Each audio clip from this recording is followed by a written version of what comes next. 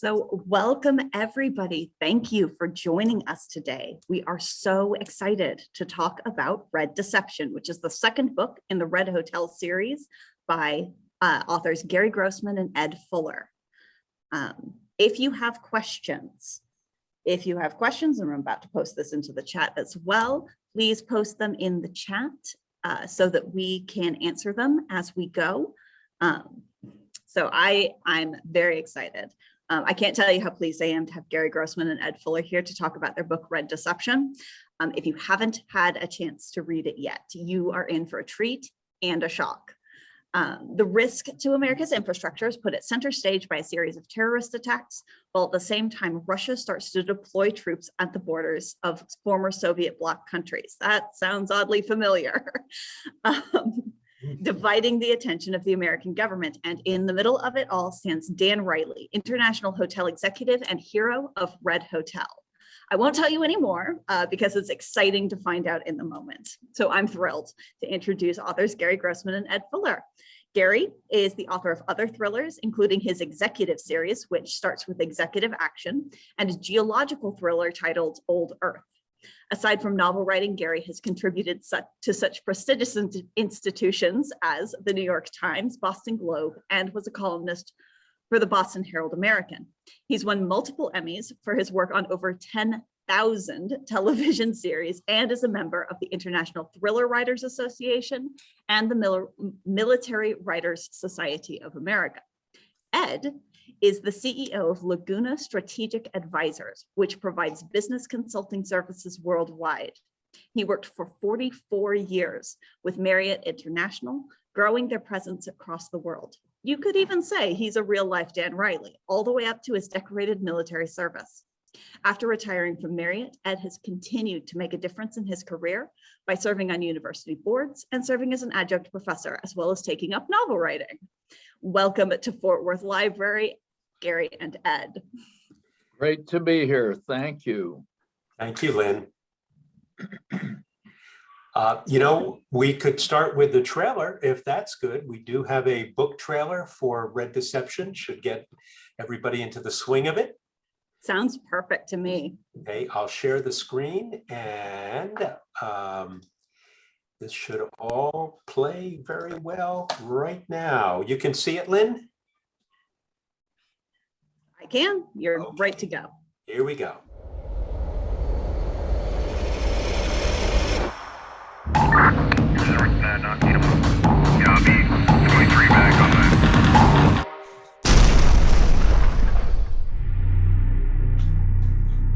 What the hell happened, Riley?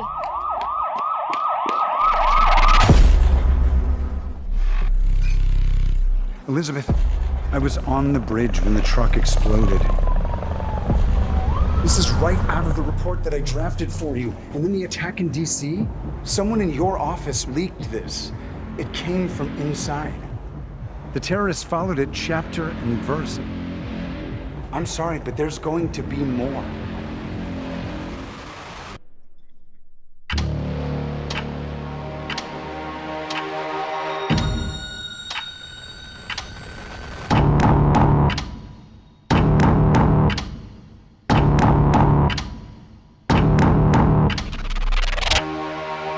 Riley? The question is not who. The question is why. And the answer to that, they want to keep our eyes off the prize.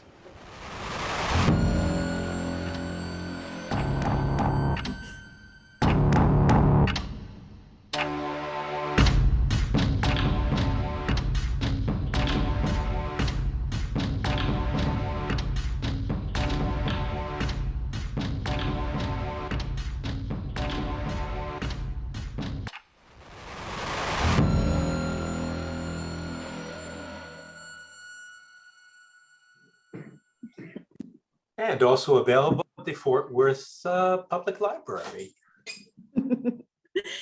And of course, at the Dock Bookshop. I'll give you guys a link to that at the end. So thank you so much. Really, no, it's really only appropriate that the book has a trailer because it is extremely cinematic. It's a story that seems to come right off of a movie screen and onto the page. And Gary, you're a television writer. Did that affect the way that the book was written? Great question, Lynn. It absolutely does. I'm a big fan, as Ed is, of spy movies and TV shows, and the pace of those has certainly increased ever since probably 24 came along on television. Multiple things happen at the same time. You know, it's the old thing about a butterfly in China, you know, flashing its or waving its wings, and what is the effect of that in the US. So in our books, we have multiple things happening at the same time, and they all add up. So my TV writing and our interest in adventure and spy and espionage books and novels certainly speaks to that. Amazing. Ed, so based on your CV, and I mentioned it before,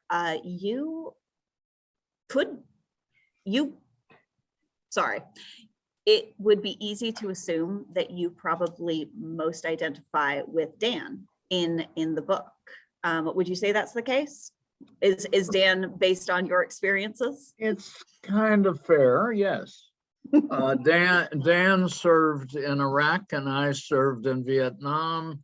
So you've got to say there's an age difference there too. And I'll tell you, Ed's the real deal. So much of what is in first Red Hotel and now Red Deception is based on Ed's experiences internationally as the head of the international president of Marriott International. And for me to be working with him and to hear his stories and to sit down is really to listen to somebody who has been in the danger zone and has walked into hotels that have been bombed. Walk into a hotel where the general manager has been kidnapped, and walk into a hotel where the threats are so real that he had to develop a system to basically let people know how dangerous things were. And that's where the red comes from in Red Deception and Red Hotel. It's the highest, most vulnerable status that the hotel could be.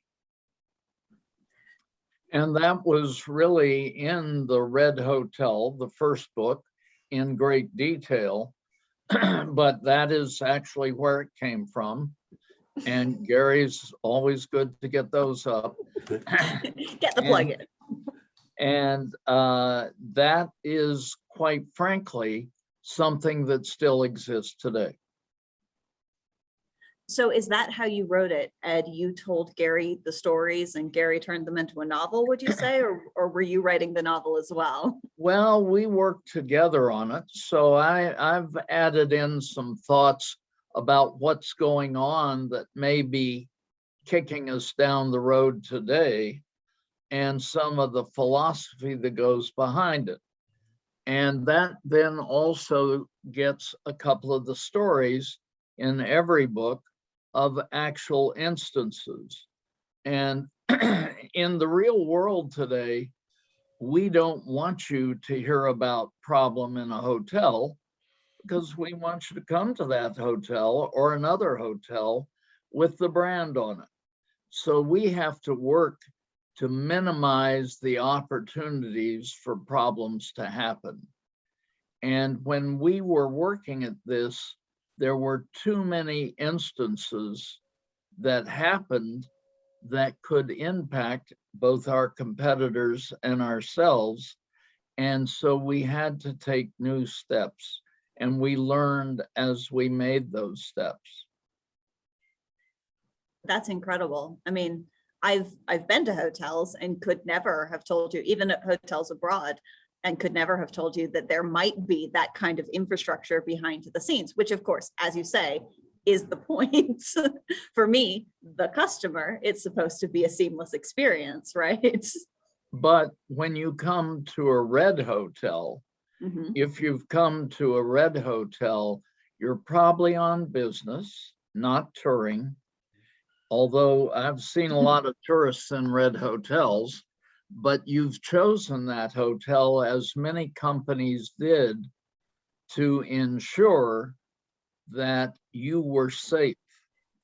And so companies would come in and evaluate our various steps and safety transactions that we had in place. And they would say, hey, we approve this hotel. And so their corporate people could visit. I listened to many, many stories when the wall came down. Mhm. It was a monumental time for us. But as several generals have said over those years, it confused the whole situation. Because where is the enemy? With you, next to you, or what's going on? And in a very simple, short, because I won't get into that long question yet, situation, Beirut, we had a hotel, and across the street were the Syrians. Well, interesting neighborhood, but that was the unit of Syrians next to us.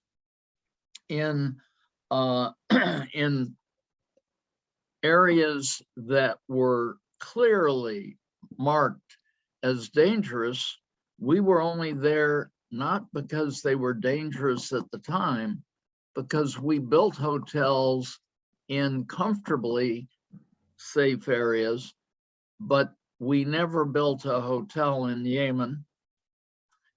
We started building hotels in Erbil, and that was because Erbil was safe at that time in Iraq.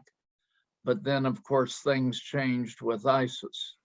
The world is constantly changing. And I attended a conference about 14 years ago, where the commanding general was at that time asking the corporations to talk with the military about how do we deal with that world where we are currently working next to the enemy. And you can, just from the discussions around Russia, determine that a lot of pipeline companies are working in areas that might be a little challenging and difficult. And so you might remember during the evacuation of Libya, it was astounding to us how many Chinese were actually in the country when they filled literally a luxury liner to get them out of there. It was just beyond our belief. The key was when we got into the meeting, and I had a colonel actually get up and start to point fingers at me. He says, "You killed 3 of my men," referring to Panama. And I said, "Colonel, what are you talking about?" He says, "Well, you forced us," symbolically me, because I was Marriott, but also I was part of the operation. "You forced us to get our people off of their mission and go get your people out of the hotel. Why did I lose 3 men? I wouldn't have if I didn't do that." And my answer was, "Colonel, if we're in a country where Americans are not operating militarily, it's our challenge. But if you're, in this case, attacking Panama, then you have an accountability to look out for Americans while you're there." Totally different situation. And that was kind of the theme of that conference. And the discussions were pretty impressive between the different companies that were there. I think you can see why I say Ed is the real deal. He is. And to be collaborating with him, somebody who has been in the business side, but equally has been in the anti-terrorism business as well, for the sake of novel writing, where you're working with stories that really are based on his experience and based on what's true. That's what you'll find in Red Deception. You're reading fiction, but as we're seeing today with the news, and I'm motioning over to the news channel on my TV over here, what we're seeing today is that it's almost impossible to think of what tomorrow will be, given the motives and the ego and the character of Mr. Putin, who we have disguised as a character named Gorshkov, Nikolai Gorshkov. And when you start thinking the unthinkable, you come up with maybe what's not knowable yet, but what is certainly plausible, which is why after 9/11, who were among the people that the Pentagon and the White House and the NSA and the CIA went to for ideas? What are we not thinking about? Well, they were thriller writers. They were movie screenwriters and directors who were doing action movies and spy movies. Because we think of, and I wasn't writing at that time, and Ed was in the hotel business at that time, but they're the ones, and now we are the ones who are thinking about what's really possible. So where you said, initially, Red Deception is I think you said, kind of chilling. It really does come out of the news. Well, maybe we're even ahead of the news. And the book came out last summer, and as I was reading it, it felt like it was happening in real time for the past few weeks. So it was written even earlier than that. So you've got to think we were thinking about it. There's an escape. It really did feel like you guys had been reading next week's newspapers. It was. Thank you. Well, there's an escape from Kyiv that is basically what we're seeing in the news. Heart pounding, yes. And then. And Ed has been in those kinds of situations too. That's incredible. You were talking about because you're at the hotel, and sometimes the enemy is next door. For anybody watching this who hasn't read it, one of the more fascinating, and certainly fascinating to read in the past few weeks, sections of the book takes place during a UN conference with the Russian president, who has just recently invaded Ukraine, at one of these hotels. And it's, especially reading it right now, it felt, I can't imagine how I would feel to know that I was in a hotel and, a neutral space, an effectively neutral space, knowing that Putin was down the hall, given everything that I've been watching on the news lately. So had that ever happened to you? Well, Ed? Lynn, let me have Ed put you in a hotel in a city where there are insurgents. And Ed, how do you get them out? Well, that is the challenge. So if you're a guest in the hotel, and we've had several evacuations over my career, driven by any number of things, from a tsunami, a hurricane, a government takeover, any number of those. The key thing is that we are challenged, and this is not in my original book, which talked about some of these points, but the books that we're writing now, Gary and I, the real evacuation that was the biggest challenge we had was Libya. We had guests there. You could have been our guest because Americans were beginning to do business in Libya, several hotels, and ours was the newest, and it was a JW Marriott. Yet we still had task force personnel there as well as staff. And when things really started getting bad, we had to get people out of there. And I mentioned the Chinese with their leisure ship. America had leased a ship in Malta to come over and take the people out that were Americans. That ship got trapped for 3 days in a storm, which put them behind the schedule even further. But they did take the Americans out they could. In our case, we had every nationality under the sun and probably someone from Fort Worth. And so the point was that we had to take care of them. It was our responsibility. First, our crisis system was in place, and we had 3 options. The first option was to drive them to the border of Tunisia and get them out from there.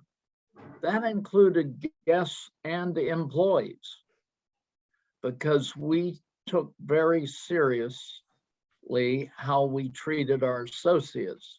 And we knew our associates throughout the world, but particularly in the Middle East, were watching what was happening. And so step 2 was to actually take them on a ship. Well, that turned out to be the one from Malta. That wasn't going to work. Step 3 was actually to take everybody to the airport and let them catch commercial flights. They closed down. In fact, we had 15 of our people stuck in a huge, huge crowd in the airport.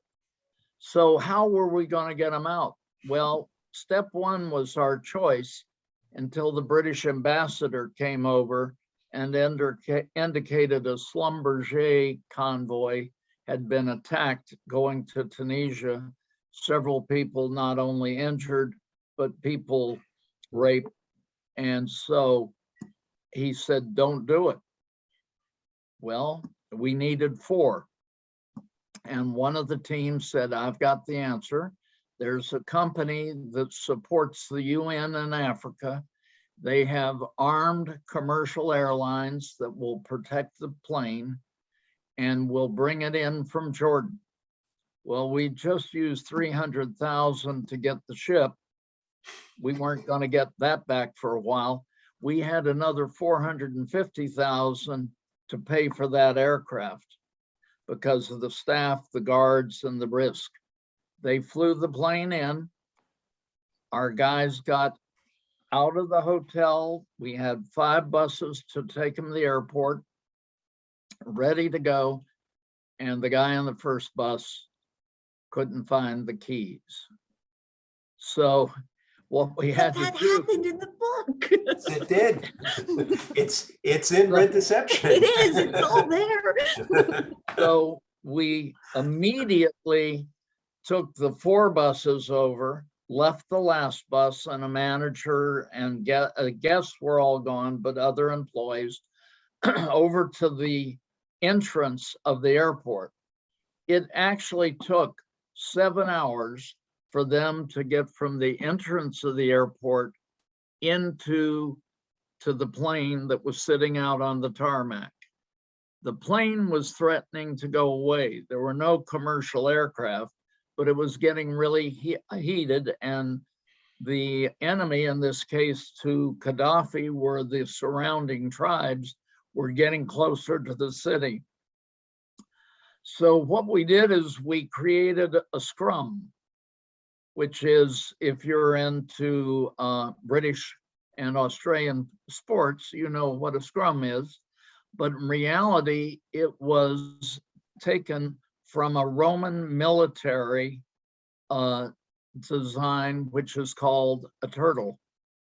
And we put everybody in there with a yellow t-shirt. On the corners, we put Marriott flags, and we had all 160 people moving as a unit as they move through that crowd. And you've seen these crowds over the last couple months.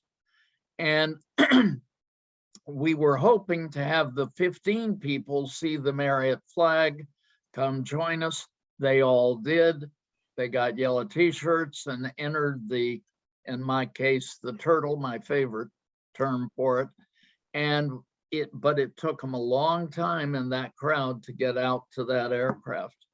We took them back to Jordan, where we had a team take each of the people, get the guests to where they wanted to go, and then take the associates either home. And we had all the associates re-employed in other locations within 8 months. You can see how it's real, and how novels, for us, before I met Ed, I would research novels. I would talk to people in the White House and CIA and the State Department, and I would invent things, and they would still be on the edge of reality.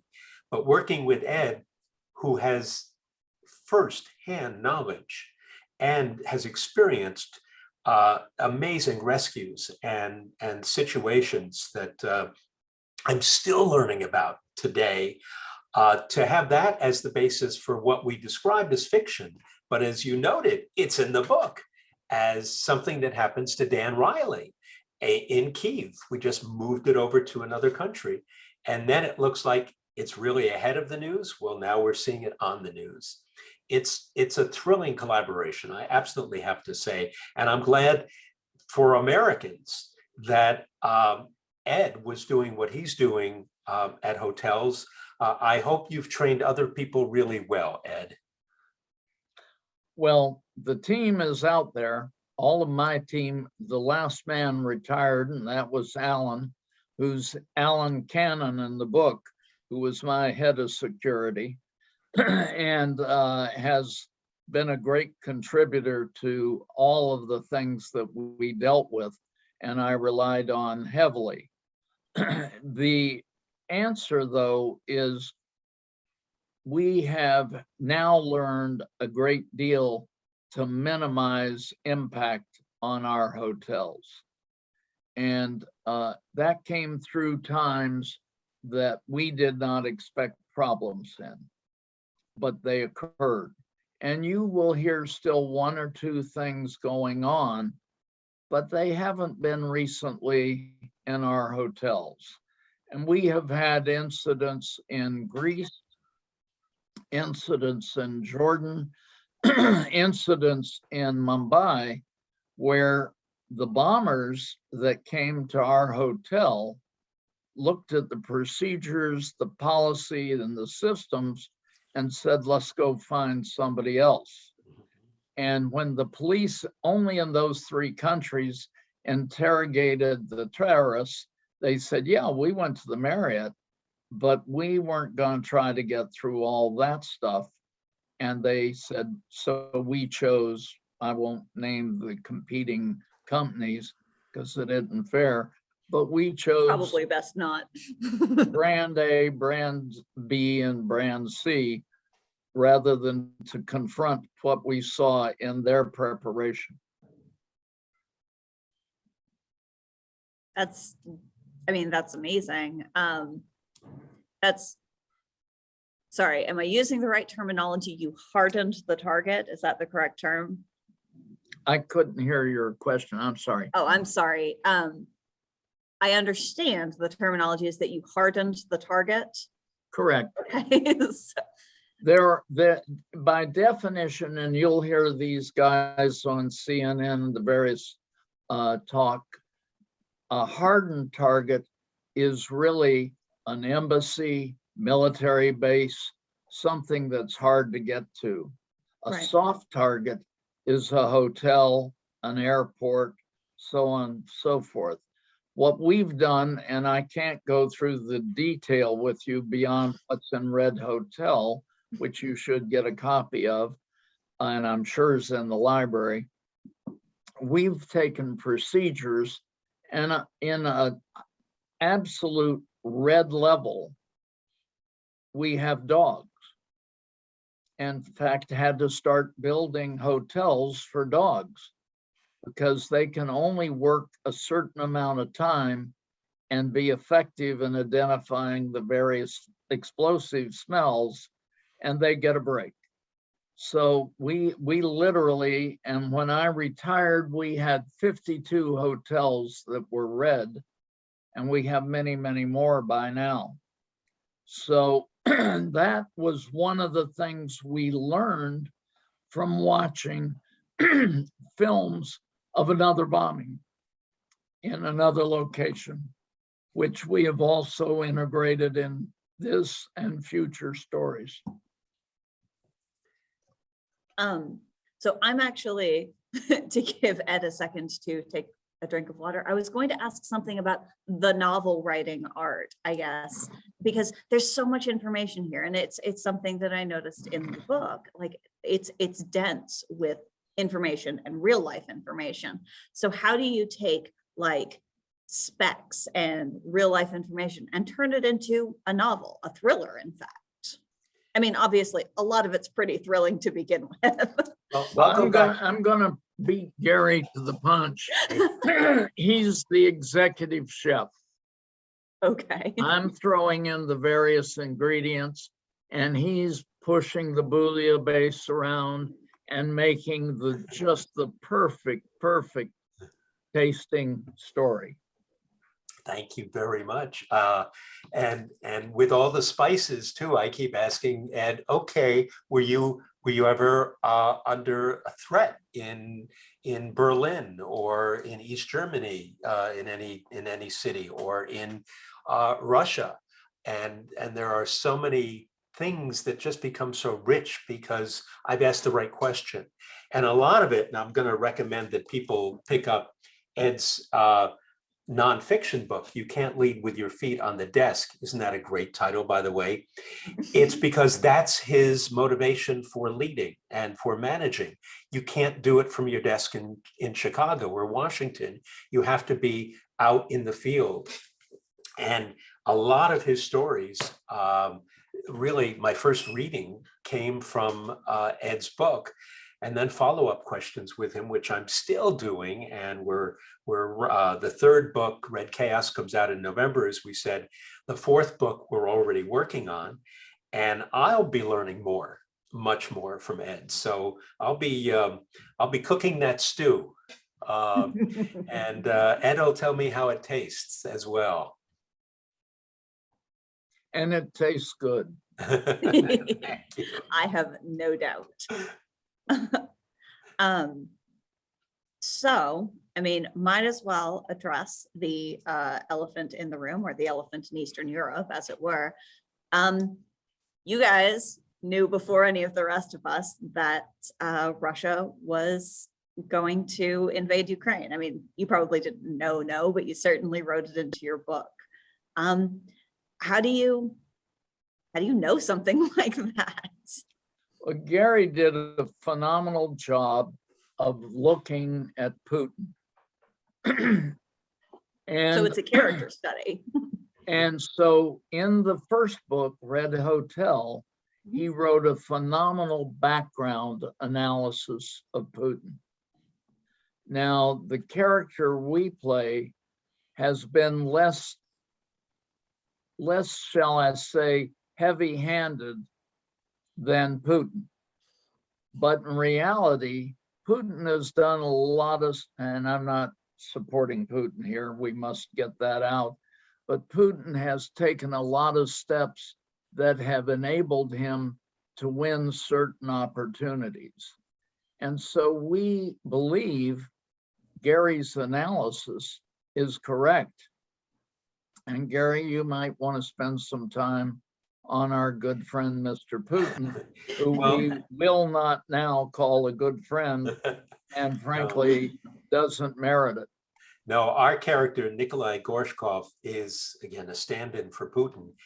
And what we did is look at an army psychological workup of what kind of personality does that kind of leader have. And suffice it to say, it also fits many other, dictators. But somebody who, for the sake of Putin or Gorshkov, has felt that ever since the end of the Cold War, that Russia was responsible for the greatest the West was responsible for the greatest geopolitical catastrophe, and that was driving Russia out of the Soviet business and out of the Eastern Bloc business, controlling all those nations. And so many of the nations, there are 30 now in NATO, Russia had lost its protective barrier, which historically, it not only has felt that it needed, but also it was the wheat belt for them, the supply chain for them. And when those nations became more westernized, it served to threaten Putin and again Nikolai Gorshkov. You put into that mix then somebody who's an egotist, somebody who's a dictator, somebody who surrounds himself with only yes men, and they are men, somebody who has propped up these people from business to the oligarch status, and begins believing only those things that he says that they nod at. Well, we have the scenario that we're facing today. And there's so much more that could happen with Finland and Sweden not in NATO, with Latvia, which is also in red deception, being so vulnerable because like Ukraine, there's so many people who are Russian-speaking people who do not have the same rights that the Latvian nationalists do. And then you move into other Eastern European countries, and the belief that we will do nothing or we can do nothing, that sets at least Europe up for what we're seeing today. And at the same time, China is watching what's happening because they could do the exact same thing in Taiwan. So honestly, it starts with a psychological profile, looking at what somebody is capable of. Nobody has sat down with Putin to do, no shrink has done that, but we have enough evidence to be able to make a really strong judgment that if he's not crazy, he's at least crazy like a fox. Right. So in your opinion, Georgia just is making noises about requesting entrance into NATO. I just saw that a few minutes before I came here. Are they at risk the way that Latvia, the way that Ukraine are? Well, the NATO has put up, as we look at this, and this isn't the book, NATO has put up a barrier that almost got torn down 4 years ago in a previous administration. And if Russia touches NATO, the United States is obligated to go in. Mm-hmm. And China's watching this because we also are obligated to Taiwan. If we had stood by and done nothing for the Ukraine, as we did in the case of 2014, and as we did in the case of Georgia, Soviet Georgia, formerly now Georgia, we would have been very much sending a signal to the world that we're just not going to do anything. Right. And frankly, that had to change because that had been our posture for a good maybe 10, 15 years. And we needed to make that swing.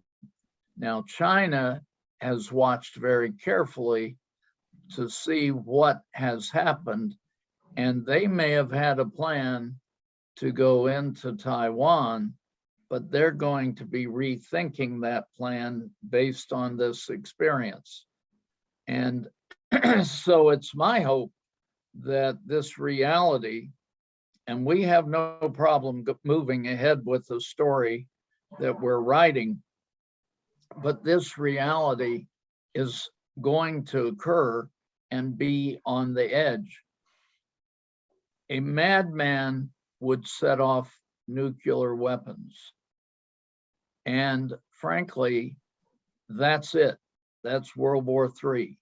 And World War III will be fought with nuclear weapons, not in a conventional war setting. So the goal is to avoid World War III and really use every other tool we have. But if he takes on Poland, and I'm referring to Mr. Putin, we're going to attack them, and that would be the concern. Same issue for Taiwan. And Article 5 of NATO has, as I understand it, only been activated once, and that was after 9/11. 9/11. And our responsibility will be to participate and act if another NATO country is attacked. And I'm just seeing now a nuclear power plant in Ukraine is on fire after a Russian assault. How much more dangerous could anything be than an attack on a nuclear power plant? Right. Where Chernobyl also exists. In Right. Ukraine. In Ukraine. I'll go back to when I was a kid, and I'm from upstate New York in the Hudson Valley. My dad, who worked in government and law enforcement in Albany, New York, the state capital, was down in New York City the night that President Kennedy gave his address about the Cuban Missile Crisis. I remember sitting with my mom, and we wondered whether or not we would ever see my dad again. What was going to happen? Are we going to have nuclear war? I am feeling nervous in the way now that I can as an adult, where I can understand things more differently than I did as a kid. We are in a very, very dangerous world right now where a madman can act, especially if he's cornered. He is somewhat in red deception. We'll see what happens in red chaos. But he needs an off-ramp. Our character needs an off-ramp, and Putin needs an off-ramp. And Ed, what would your prediction be? What would be the off-ramp that could de-escalate the situation? Well, we go back to, in this case, who is Putin and what does he really want? In reality, he had that opportunity by taking those two southern areas that would have given him great advantage and would have taken back on the same pretense as Georgia and also the first attack in 2014. Crimea. In Crimea. He would have used the same approach. He could have packed up his team, maybe gotten a couple other concessions about not trying to approach NATO on the part of the Ukraine for 20 years or something, because that he'll be gone. And at that point, he would go back and say, I'm a hero. The problem is he's lost a lot of soldiers. And now he's got people in the street. And now I was wondering if maybe the popular uprising is part of his, I don't know if it's his off-ramp or at least his wake-up call. Well, it may be a wake-up call, or if you're as stubborn as he is, and Gary and I talked, he may be right now terminally ill, and his greatest dream was to regain the Ukraine, and we don't know that.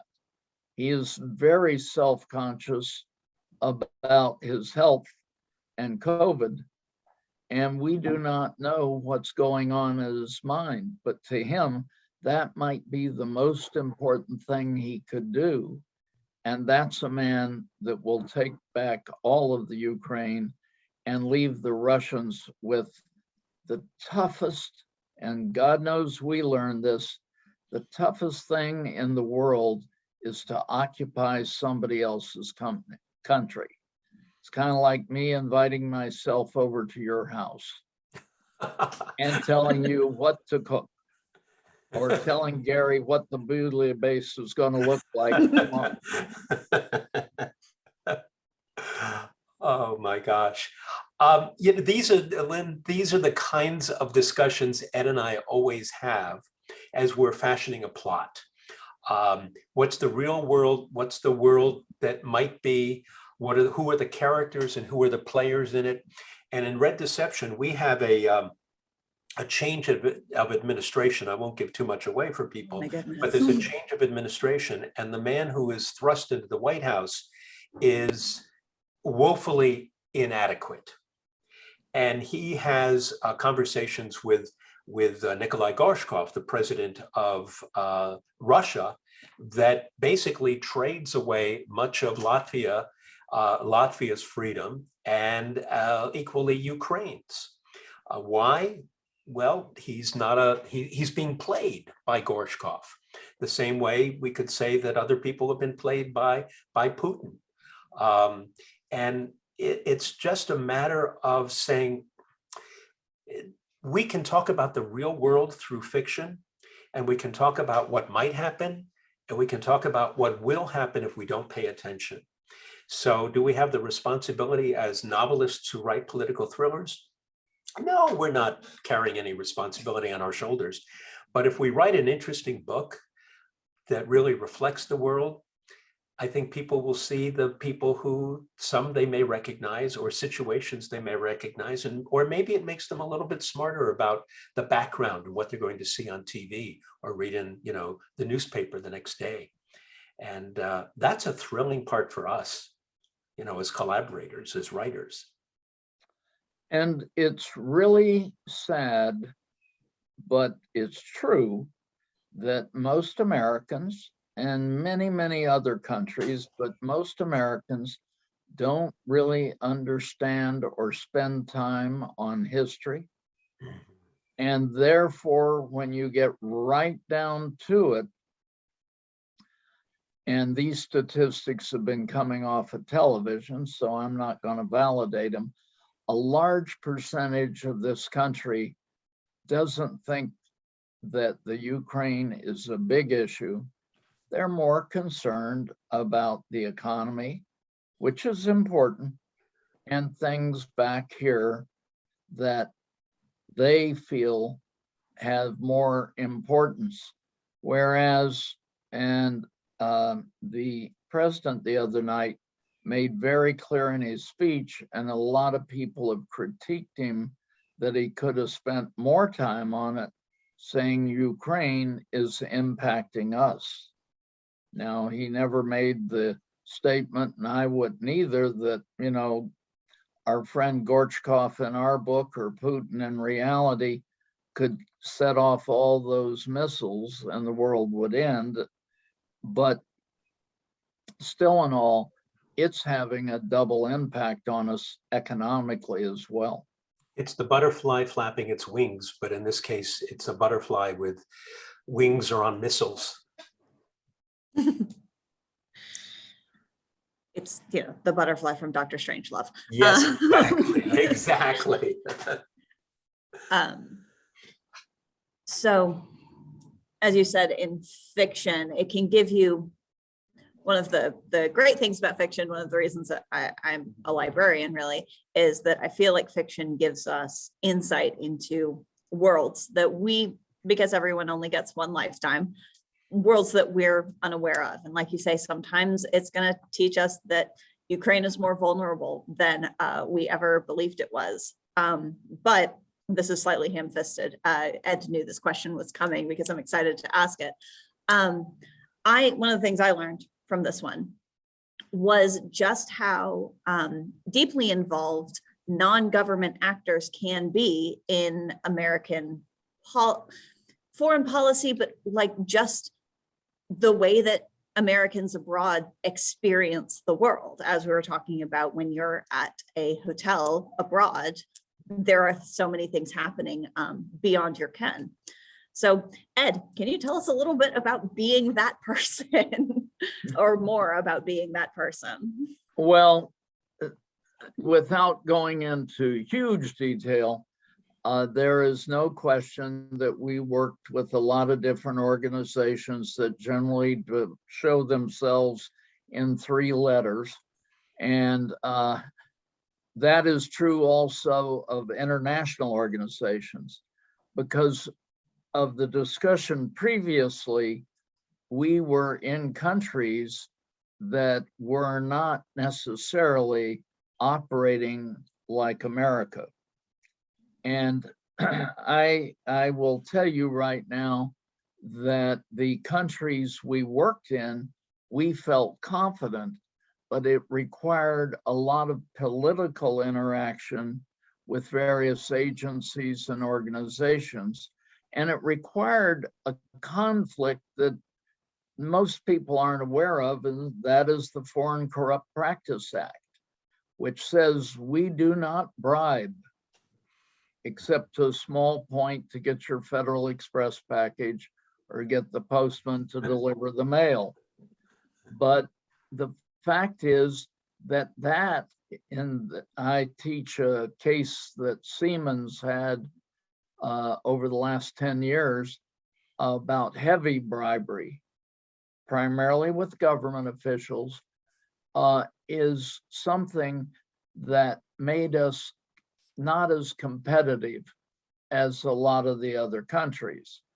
So you have to then work with the country you're in, because I will repeat at every meeting I used to have, when you're in that country, and I'll say it to a tourist, it's their laws that apply unless you're breaking something that the United States law has clearly said you won't do that either. And that's very few of them, and it's primarily the issues that are financial more than anything else. So as a tourist, you get to town and somebody says to you, you shouldn't be here in this location. And the answer is, I'm moving on. You don't get involved in something that you cannot handle. And you don't sit there and go, but I'm an American. That just doesn't sell. At the same time, people have a better understanding of their history overseas. They have a better understanding of what America has meant to them positively and negatively. And quite frankly, when you start to develop a friendship, you can have some of the richest conversations in the world with them that you cannot bring back to a cocktail party in your hometown, because the hometown just doesn't care. The fact is, you learn from those people, and where you have to develop contacts. Disneyland wasn't built just by going in, buying a little land and building a Shanghai Disneyland. Came through a lot of relationship work, and it has been an extensive example of a project that took years to do before they dug the first shovel. And that's true of anything in a large scale. And that's true of understanding the people. Now I'm in my first book, listening to the people, developing relationships with people, and spending the time understanding their particular concerns and understanding their history. We had a situation in Thailand, first hotel in Thailand, second hotel in Asia. Spent a lot of time with the owner, Kun Vatun, wonderful guy. He was the largest sugar producer in Thailand. His customer was China, not the US. And he was a well-educated individual with completely different values and also deep religious feelings that were based on Buddhism. And Kun Vatun said to me, we can't agree on one point in the contract. Can you solve it? And the answer was no. We must have a financial controller from Marriott, not from Germany, not from America, but from Marriott. And he finally agreed. About a month later, and this is where I got all my air mileage, about a month later, he called. We didn't have a regional office. We only had 2 hotels in 1990, and this was the second one. And he said, I can't accept your candidate. I just can't accept your candidate. Well, I had to fly over because you don't deal with this on a phone. Right. Sit down. The ties in particular, the rule is beat around the bush. Don't go after the issue directly. Took a long lunch. I started at 117 pounds and I'm long past that. And then a discussion, and again beating around the bush. Kuhn Vatun, if you were starting your own company today, are there any key executives you would not hire from one country or another? He named 12 countries in an instant. He named number 1, the country that our candidate was from. Shame on us. But the war with Burma was 700 years ago when they were defeated. You might say, get over it. These things are deep. And when you look at Putin, one of the things that Gary captured was his deep feelings about losing the empire. And he clearly feels that the heart of Russia really did start with the Ukraine, that they're culturally bound. And if you think about that, that could be driving him.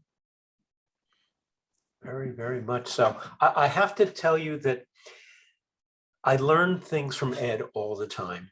And having a tour, it's absolutely true. Having a tour early on, we had a tour through one of the properties in Los Angeles, just so I would see what the regular client doesn't see in a massive hotel operation. And I learned, if you see something, say something. And in today's world, having that as a primary philosophy for all of us, you're walking down the street in Fort Worth, you see a suitcase that's abandoned on the street, you have to say something. You have to call the police. You have to figure that it may be innocent, but it may not. And if you see something, say something. And in Red Deception, there's a moment where a hotel housekeeper discovers batteries.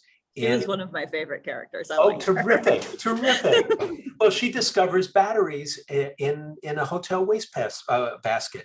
What did I learn from Ed? Who uses batteries these days? Well, if you see a lot of batteries and battery wrappers, we're not really using them for cameras anymore, but you might be using them for triggers for bombs, to the electricity to trigger a bomb off a cell phone or whatever. And she was smart, and she's a small character in a big book, but somebody who I learned from Ed, truly, if you see something, say something. I know Ed has other tips too about where to stay in a hotel that also come through Red Deception. One of my favorites, Ed, you know what I'm driving at? Fourth story. I seem to remember that. Fourth story. And what were the other requirements? Well, Lynn, what was the last high-rise hotel you stayed in? Doesn't have to be a Marriott. I'll forgive you.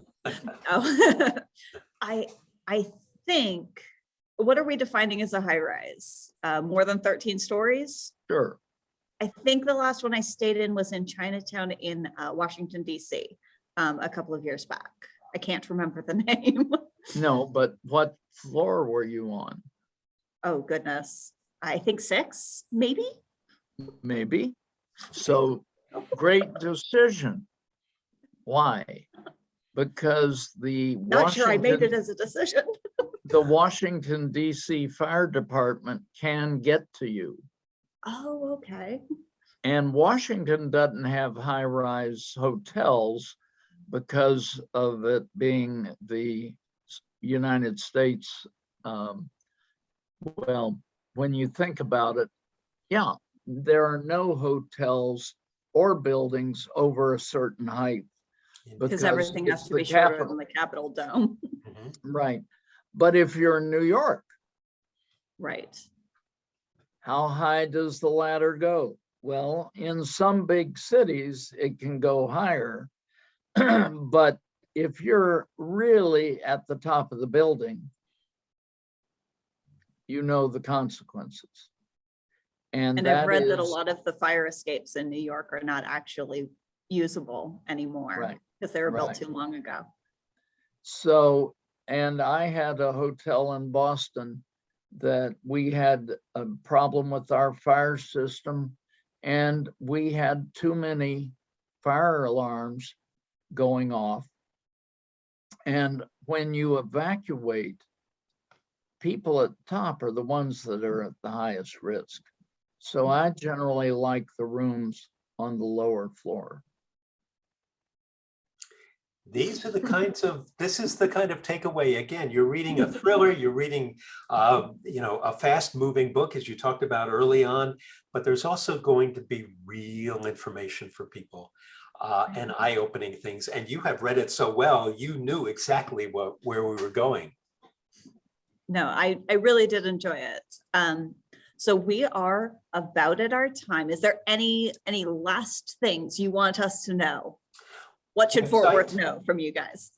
You can reach us through redhotel.com. That's www.redhotel.com, where Red Hotel and we'll be posting our interview with you or your interview with us.